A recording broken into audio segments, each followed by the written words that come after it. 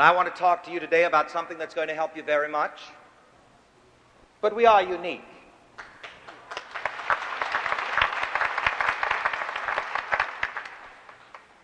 We're a happy church. Sometimes we shout. Sometimes we dance. But above all, we are a teaching church. And I want to talk to you today about something that's going to help you very much. I want to talk to you about the power of success. So say with me, the power of success. The power of success.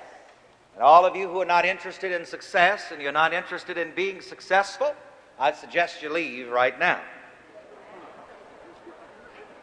Because I'm going to rub success power off on every one of you who stick around here today. And some of you who may not even consciously believe, I'm going to rub this success power off on you subconsciously, like I did that young man who didn't believe. But you see, I got to him subconsciously. You see, the stuff I use will work for you even if you don't believe in me as a person. And I'd like to make this clear also. I'm not really trying to get anybody to believe in me as a person. I'm not insulted with those who say, I don't believe in you. Because frankly, I'm not trying to get you to believe in me as a person. I'm trying to get you to believe in yourself.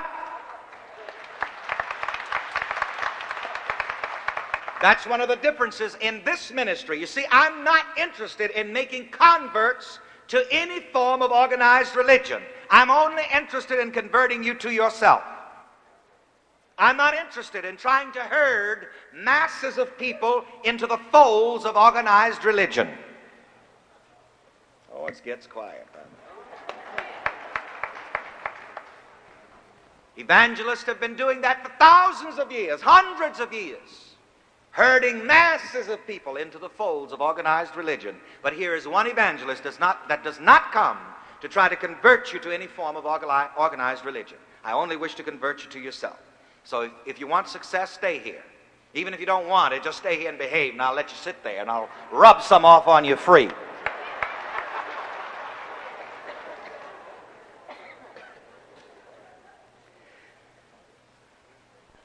I want to read some text from the Scriptures.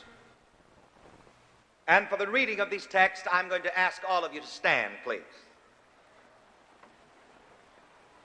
While you're standing, you're going to find that even my sermons are different, because we have you participate in these sermons. We have you to help me preach these sermons even. I don't let you sit down too long, you see, because your circulation will slow down and you'll get sleepy.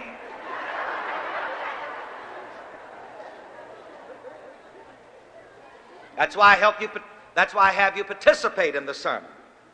And at times we have you help us to preach it. It's a bit unorthodox, but it works. Because I'm not trying to impress you at all with my homiletical expertise or my hermeneutical accuracy. Whatever those are. Some big words that I picked up on at the theological seminary.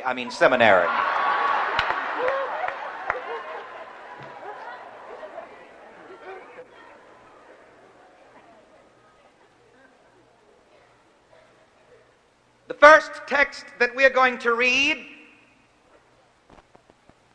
is from Timothy, the first chapter and the 7th verse. 2 Timothy, first chapter and the 7th verse. And I'm going to just use the subject, you have the power of success, and I'm going to convert this to the first person. I have the power of success. Say that to yourself with hands and voices. Come on. I have the power of success. You see, you're preaching to yourself already. I told you I get you to help me preach these sermons. I want you to stretch the I out. I want you to emphasize the I. Come on. I have the power of success.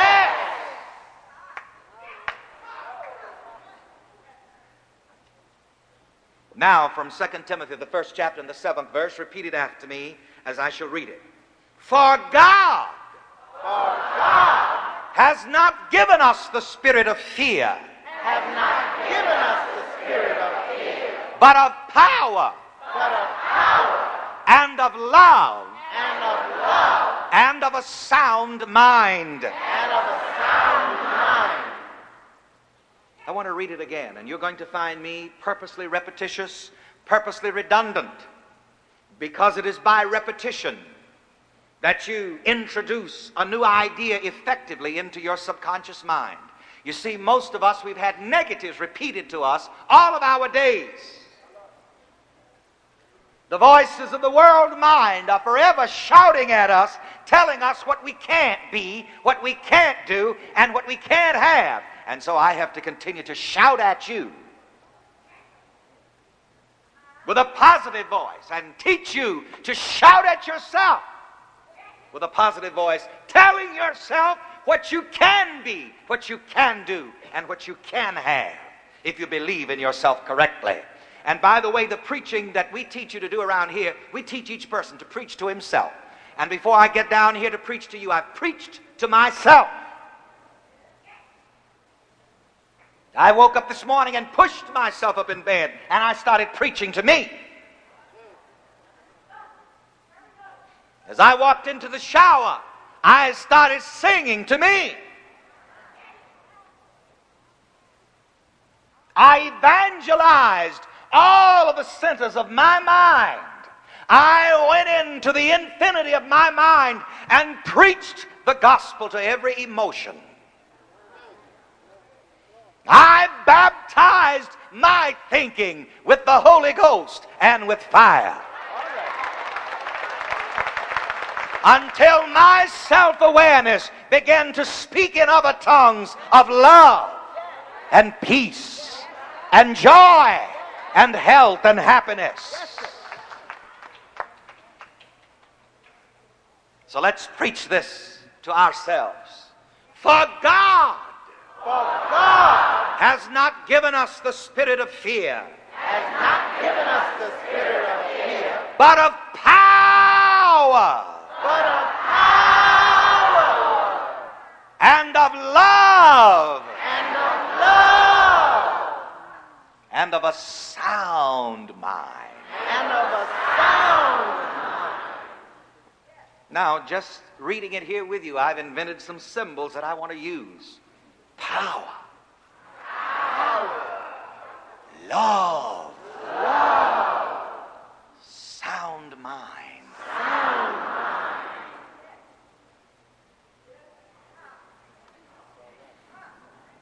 The next statement is from Reverend Ike, the 7th chapter and the 17th verse.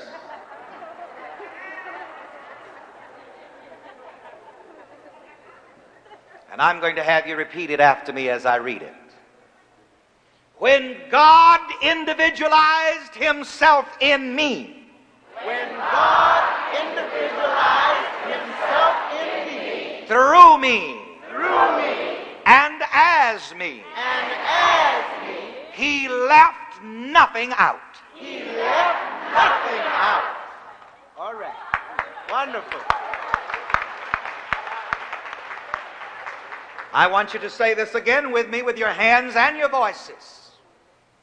When God individualized himself in me, When God individualized himself in me, through me, and as me, and as me, he left nothing out. he left nothing out. I have the power The power of success. of success. You may be seated. And since we're talking about success, I'd like to address myself to the question, what is success? And to define success in the vernacular of Reverend Ike, success is being what I want to be, doing what I want to do, and having what I want to have. Now, doesn't that sound like success? I'm going to say it again, and then afterward have you repeat it with me. Success is being what I want to be, doing what I want to do, and having what I want to have. Together, success is being what I want to be, doing what I want to do, and having what I want to have. Now stop and think about that for a moment. And here again, we do a lot of preaching in the first person. And whenever I use the first person, you ought to use it for yourself as well. When you can be what you want to be, isn't that success? If so, say that's success. When you can do what you want to do, isn't that success? Come on, you people aren't sassy enough. See, some of you don't know when to be sassy. We'll start again, and if it's success, you say, that's success. I say, when you can be what you want to be, is that success? When you can do what you want to do, is that success? When you can have what you want to have, is that success? We're even going to be even more emphatic about it. I'm going to have you stand up and put your hands on your hips. Come on. And you're going to, when you answer me, you're going to let your backbone slip. And when you say success, shake it to the east.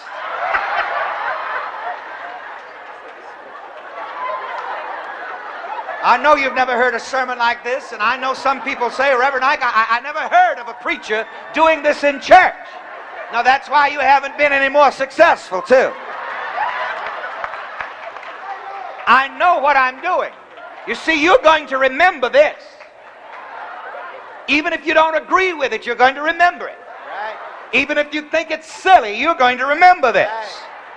Even if you old fundamentalists, dyed-in-the-wool religious people think that it's sacrilegious, you're going to remember it. Yes, sir. And if you shake it like I say shake it, you'll make it like I say make it.